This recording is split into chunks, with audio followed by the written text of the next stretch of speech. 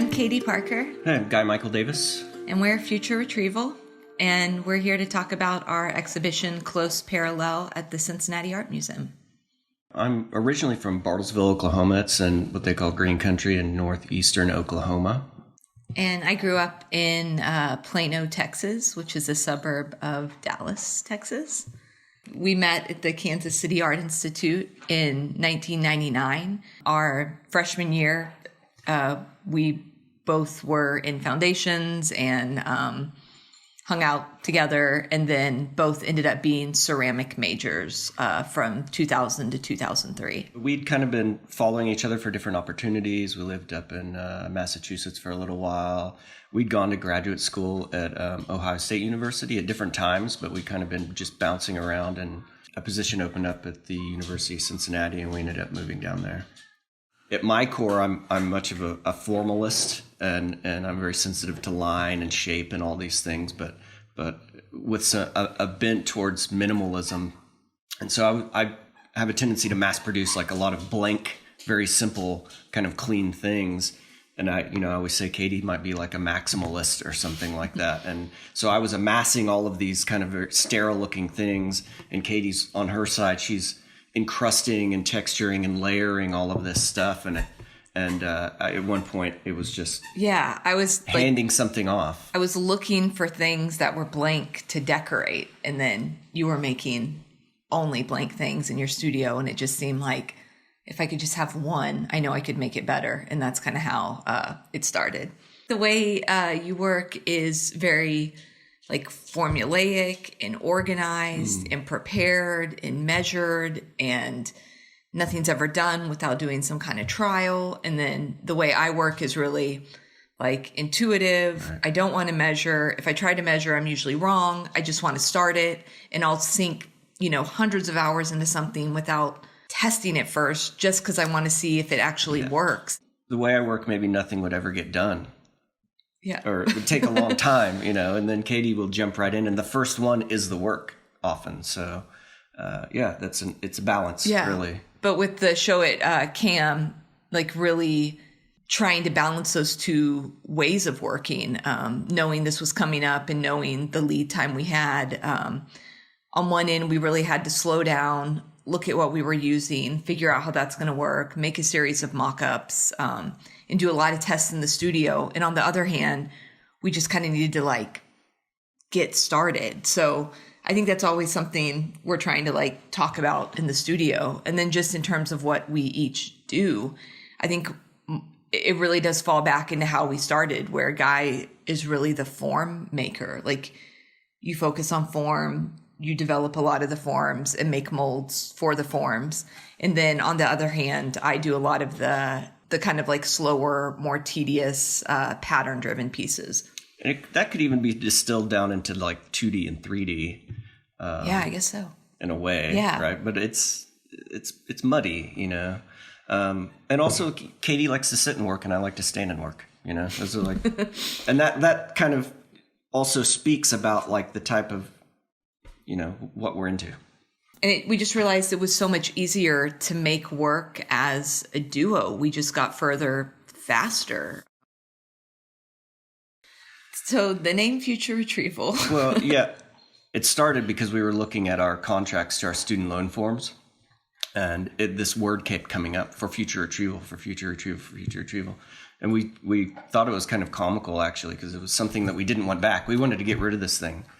Right. And we thought, how do we make work that's good enough that in the future we'd want to get it back in some way? Mm-hmm. Something that we're putting out in the world that we'd want to pull it back into our lives. We automatically connected with it, with the fact that we are, we love libraries. We love digging into old things. We love bringing things to the surface and making new of it, or re-envisioning it, or refreshing it, or giving these things new life. Yeah, I think we're looking at the past because there's just such a rich wealth of information there. I'm so interested in pattern and ornament, and when I'm looking for that, the first place I go is I'm looking back at the past. I'm looking at old wallpaper patterns. I'm looking at decorative patterns that were used on ceramic plates and dishes and vases. And I'm looking across like history to see how that was done and what changes and what colors are used, what shapes are used, how those like move and morph depending on the form or the place or the time. And if I was starting with kind of what's happening in a contemporary landscape, there's plenty out there, but all of that's informed by what's happened before. So I just kind of naturally want to go backwards. I grew up in a really suburban town where I never really saw old things. And it wasn't until I went to art school and actually got a job at Architectural Salvage where I was surrounded by like old pieces and repaired them that I really got interested in looking at that and kind of looking for those clues around me. Mm-hmm. One thing that kind of gets me charged up about old stuff like this is that it's so alien but validated at the same time. All right, they were made by us humans for a time, for a place that we will never, have anything to do with. We can't possibly fathom the feelings that went into these things and surround them, and then the fact that somehow these objects that were made in the past have kind of risen to the surface and been preserved in these institutions and decontextualized, and then we kind of give them this value. And so I think all of that kind of, there's a mystery to it for me that helps me when I kind of dig into it and be a part of that trajectory of making. And also, like, both being trained as potters, we would go to the Nelson Atkins Museum in Kansas City and look at old pots. Yeah. And that's how we learned what to make. Yeah. As I was young and developing these skills, if I could recreate one of these objects, if we can get to that level of the quality of these things that have been validated, then we're part of that. And that's where we were told to look. It was never like, go to Denny's and figure out why they're giving you this mug and why they give everyone the same mug and why that works for the Denny's restaurant chain. It was like, go to the art museum and see what's there and come back with some ideas. Yeah, and Denny's came later, I think, and we figured that out too. Something I'm like, will forever be fascinated by is wallpaper. And so that was a way to bring the outside in a way to very quickly and somewhat cheaply elevate your surroundings. So thinking about architects, like Frank Lloyd Wright, building these homes where everything's considered from the beginning, the furniture, the ceiling height, the wall, the windows, to kind of make this idealized living space. And I think because we were in New Bedford, because we've lived in these like older cities that have these rich histories, we're always looking at the American wing of art museums. I was actually just looking at Augustus the Strong's hunting palace, Moritzburg, and that was also, a place that was where he was really trying to bring the outdoors in and encrust the inside with natural things. Like his sleeping quarters was completely covered with peacock feathers. But there was definitely a boost, post-industrialization, and maybe we're kind of in the show where we have a little bit of that going on with the mushroom chamber, thinking about aquaria and the containment of the natural world on the inside. There's a thirst to be part of the world that we come from. And it seems like our nature, our human nature, because of our consciousness and our abilities to communicate and everything, that we're constantly separating ourselves.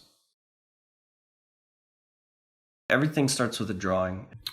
We're given a prompt, basically, or we give ourselves a prompt. And then we get together and start doing sketches and start visualizing these things. And then we decide who wants to do what. And then we just start getting to work in the studio. And that, we're not always like have both of our hands on something all at the same time, right? We just kind of make a decision and we trust each other and we trust each other's quality of work, aesthetic, decisions, all of that stuff. And then we can kind of branch out, knowing what that original drawing looked like, and then bring it back together, critique it, make more decisions, and so forth. And that's kind of how the process of us working together. Yeah, but I think the drawing, because we're working in these installation, the realm of installation, or these projects are getting larger than just an object that goes on a pedestal. We kind of need to nail it down. So once we have the drawing, or lately we've even been doing a lot of Photoshop renderings, and we see it then it's kind of like, okay, that's the thing. Go do your job, and we'll slowly bring it back together. But it's kind of like a guidebook to where we want to be. We've been doing drawings that we'll both draw like separately, but kind of combine them together, and then have underglaze transfers made in China that then we can apply onto the pot, and then basically make it almost like a coloring book for glaze. Yeah, that enables us to, if we make our drawings, then have a transfer made, and then we have these stacks of repeatable images, then that gives us some liberties to collage and compose, and eliminating that labor of redrawing something every time. We were artists in residence at the Lloyd in 2019. So we spent about 3 months there in the stacks, leaning so heavily on the Lloyd staff to help us kind of unearth like some of the most beautiful floral and botanical, mycological illustrations we'd ever seen. So from our experience at the Lloyd, we started working with that's where the apothecary jar kind of came into play, thinking about medicinal and pharmacological plants. Also the aluminum silhouettes, those are directly taken from the page of a rare book and then made into 3D. I don't know, you can kind of think of it in terms of almost like a pop-up book, that we're taking all these images that are flat, these plates, and then we're kind of bringing them into the world a little bit. Aluminum cutout silhouettes jammed into the pieces of clay. It is kind of a joke. That's super like high-tech stuff, you know, using a water jet cutter, cutting out aluminum, powder coating it, and then like how do we make it stand up? The simplest thing known to humans, you know, the wad of clay with the finger marks in it and just jammed in it. So there is a little bit of a play there with high, low. There's also, you know, something that we talk about a lot more is like economy of means. It just worked. We had clay, we had this thing, we had to make it stand up, you know, let's just do that, but then embrace that as a conceptual gesture. Yeah, the patterning on the screen that mirrors, that's different pieces from the Lloyd that I've kind of mixed and matched to make that radiating pattern.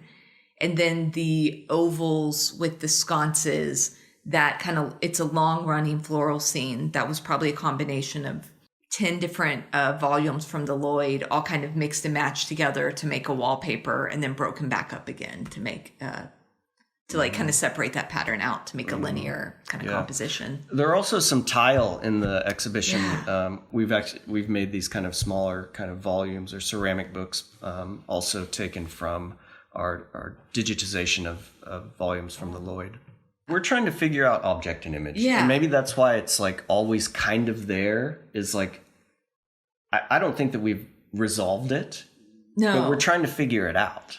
And we want to put our objects in a scene, in an environment, in some kind of home. And I think that's part of this museum kind of period room connection, is when you look at decorative arts objects, they're always contextualized in some kind of environment or space that makes them make sense. When you see them kind of pulled away, maybe in a different exhibition that's focusing on something else, and they become like an auxiliary thing that supports a larger narrative, that's one way to look. But the best way to see them is in the way that they originally functioned to make it make sense. So I think also thinking about our background as potters, function has a lot to do with it. The vases, the rugs, the tables, you know, these things do have another life or an implied life as we're making them.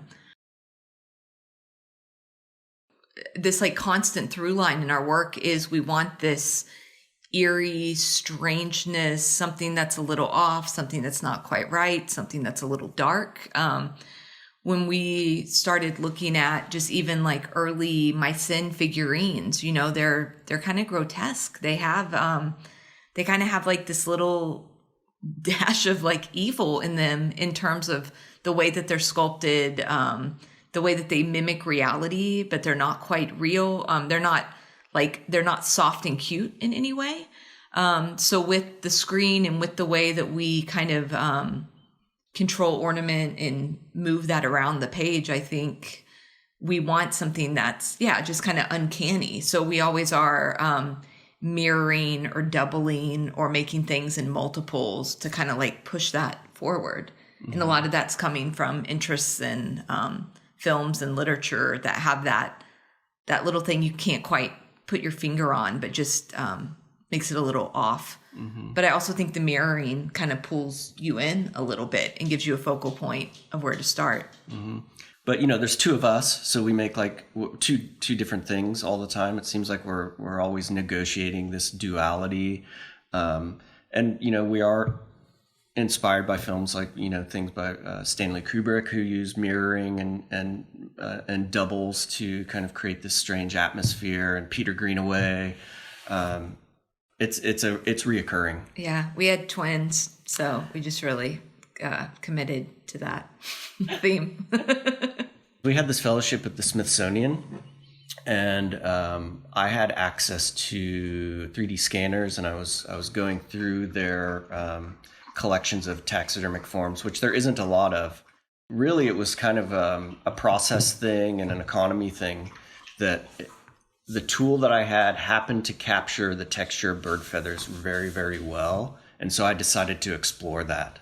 And so that just kind of led me down a path of selecting aviary. A lot of the imagery that's in the show and that we've been using for quite a few years is from Zuber's French landscape wallpaper scenic titled El Dorado.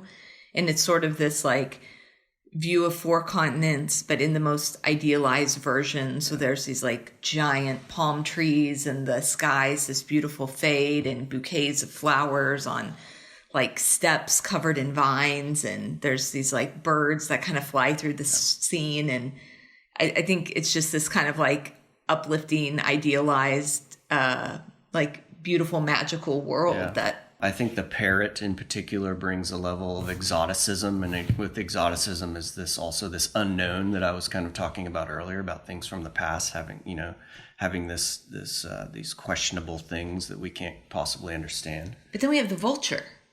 To me, just like feels like very like spot on for COVID times. Just this like doom and gloom bird that's out to like ruin the party and is like looking for like things that are already going wrong. Oh yeah, is that for too sure. Much? Okay. No, the vulture is like kind of symbolizes death and rebirth in a way. It's a transformative animal, and in the exhibition, there's a lot of kind of clues towards transformation. On one hand, the animal is a stand-in for the human, and we've never brought ourselves to maybe a little bit working with the human figure, but I think because we're animals, it's just becomes like this vehicle for working with life in a way. The fireplace at CAM, we were kind of thinking about a little bit about Rookwood being located in Over the Rhine, and what happens if that kind of grand experiment of transforming a whole section of town doesn't play out, and what happens to those animals that are left. So those are kind of stand-ins. That was coming from a 15th century Indian tapestry that, again, it was this like mirrored, beautiful animal scene. So we changed a lot of the animals out. There were these like very fancy birds. And so we changed those to pigeons, and we put in like pit bulls, and, we were kind of like, so the animals are kind of like an inside joke a little bit. There's the dogs of the factory owners, of the artists involved in the project. Mm-hmm. They are stand-ins, but not directly. Yeah. Also, another thing that keeps us going about the animal form is our kind of pursuit towards perfection and perfect form. And, that couldn't be more evident than in evolution. Through their ability to live and function and, live in particular biomes and have developed and evolved in these specific environments, they've taken specific shapes as well. And these shapes they're perfect, and so that's kind of just like us looking towards perfection. Yeah, and a lot of this is coming from taxidermic specimens. So then those are also perfectly crafted to mimic reality. So then we're trying to mimic that. What is close parallel? Yeah, what is close parallel to us? And so I think part of it is about us running kind of concurrently to these objects that already have these sometimes dicey histories. We went and worked at the Dresden Porcelain Factory, and that's really whenever things started going as far as us collaborating, because we were sharing shapes that were the factory's forms, and we got these molds, and we were trading them around and making things out of it. So the work wasn't ours, and those forms actually came from Mycen. So they were copies of original Mycen forms. And so we always had this high respect for like Mycen porcelain, because it seemed like it was the grandest European porcelain and the first European porcelain. Fast forward to being in the collections of Cincinnati Art Museum, we saw this Mycen Kahnler terrine in the CAM's collection. We knew we wanted to work with it. And it had this kind of cool history of, as written in one book, as potentially given by Saxony to the Queen of Naples. I'm not too sure about that. Because if we looked at the terrine, it has this crack in the bottom, and I wasn't sure if Saxony would actually be giving away as a gift to another country a defective piece. And then so we took a 3D scan or a photogrammetric scan of the terrine, and then decided to start reproducing it. And every one we made had this crack in the bottom of it in the exact same place. So essentially we discovered this like 300-year-old design flaw. And so, I mean, I think that's just like an example of how we've dug into these objects and we're running parallel to this thing that already happened. So we did a pretty kind of low-tech, high-tech processing of that. So we just took a series of photographs, and because of the reflective surface of the glaze, that actually shows up in the texture of the digital processing from photograph to 3D object. And so it's that those refractions of light are actually being translated or transformed into surface or object. And so it's taken this slick sheen reflective thing and then and texturized it. And that was that's us losing control, because we were trying to actually make a 3D scan of this thing to a degree. And then it got us to something that we would have never had control of or never made the decision to do that. And then we embraced that and kind of ran with it. Yeah. And I think a lot of times when we're copying an object or being inspired by an object, we don't need to make that object, because that object's there. It's going to be in the other show. You can go around the corner and see that too. Yeah. So we don't want the exact same thing, but to be able to use that and make something that's, while it is literally the thing, it's so far removed from it. And that's, it makes you look at the original completely differently. Right. And that's also, how we're taking it to another level or another place. And that's that parallel that we have the original here and we have this quasi replica that's actually nothing. It's barely a resemblance of the previous one, but it's also the same, right? It had those flaws that the original one had. And so there's this, we're not together, we're here, right? And we're running alongside of it. And these mistakes, things that we're starting to embrace, that's something that we're embracing more and more in the world that we're living in now, right? Is that resources are dwindling up, access to things are, have dwindled. And you sometimes you get what you get, and you just kind of have to accept it and be as creative as possible with it. We're part of the history of the terrine now, in a way, in our minds. Yeah, and we can interject as much as we want into the terrine, onto the terrine, changing literally the entire makeup of the terrine, but it still goes back to the way it was originally designed in the very beginning in this plaster model, and we can't outrun the fact that that wasn't never going to work. Mm-hmm. Yeah, and then I think maybe it's a lot of questions too, what happens when we put our object on this object, and then what is authorship then, and who owns what, and and it gets really muddy a little bit, but that's the way we feel like we're running parallel to these things, that we're part of them. I think whenever Amy first approached us about the show, the idea was that maybe it would be more of a survey of our work, and that we could use old pieces or even borrow things that were made it up to other collections and things like that. And we kind of jumped in and said, well, could we just make pretty much all new stuff for the show and dig into the collection and see what's available there and respond to the Cincinnati Art Museum collection and maybe show some things or respond to some things that haven't seen light of the ground level in quite some time.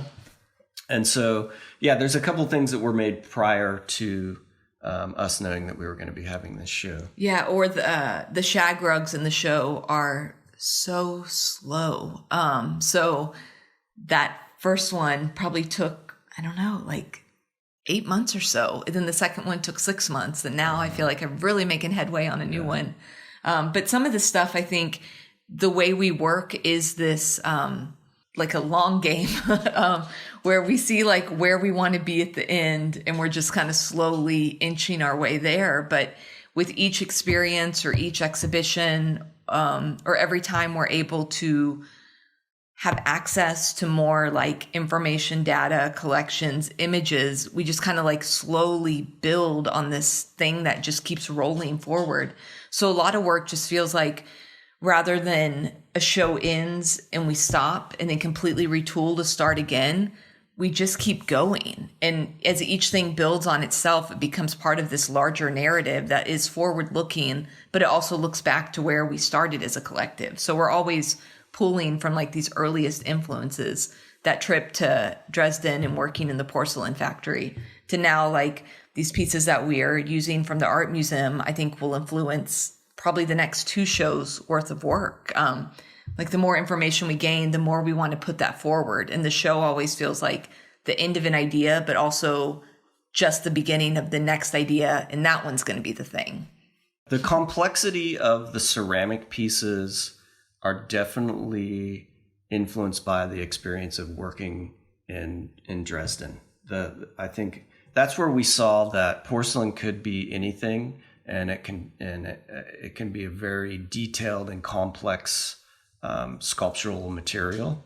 I think it's just the quality that we saw or that we experienced from working in Germany is what kind of came to in the ceramic pieces. Yeah, because there's, giant vase forms that are covered in these like small porcelain flower balls. And then I think we're doing, and it's just women by hand pumping out these tiny little flowers and applying them one by one. And then in the on the mushroom pieces, we're doing the exact same thing, making that mushroom form in a press mold that we can pop those out and then hand form mushrooms one by one to kind of ornament, but also, showcase like that, what porcelain can do, that the material, although it has so many limits, if you can work it right, it is limitless in what it can make. Every year, except the last 2 years, we've been going to Jingdezhen, China, and working in what is the porcelain capital of the world. When we go to this city, we're able to design forms and have those modeled or lathed out of plaster. And then we cast those. And then because this whole city is set up for ceramic industry, you can go to glaze shops or glaze stores where there's, thousands of glazes that you can buy in bottles and just take them right back to your studio. So when we go there, something we really like to experiment with is just glaze painting. And it's really, that's very traditional in terms of ceramic arts, is painting with glaze. But being able to have any glaze of any texture that all works at the same temperature available so easily that we're not mixing and testing, to then put them in these public kilns and have a turnaround in a day, is really amazing. So a lot of those vases are layers and layers of ceramic glaze, and those pieces are fired multiple times to kind of get, I think that's like as close as we're getting to painting in our work. Going to China has enlightened us on is that we don't have to be in control of everything. So we can do a certain amount of outsourcing. We can save our bodies on a certain amount of process. We don't need to prove our skill in every facet of our making. And so what that does is it actually gives you a certain amount of freedom to be able to pick and choose and have more time to spend on certain things. And I think, that opportunity to work a little bit more as a painter and not be so fixated on the time and process of the making of the object. Yeah, and be more playful and experimental. Mm-hmm. I'm thinking about what this exhibition means. Where does it actually, how does it reflect on where we're at right now? I think one, just in terms of feeling like extreme like gratitude towards Amy for her like belief and faith in us, to be able to tackle the space, but then also to trust us with the museum's collection, with her collection, with these objects that we've looked at for years. Every time we go to the museum in Cincinnati, for us to be able to come in and use those to then elevate our ideas, to then produce things that again are kind of larger than what we would be able to do with just the tools in our studio, make it feel like this is this kind of like, I don't know, where everything's really like coming back together again in the time that we spent in Cincinnati and the time that we spent with this collection.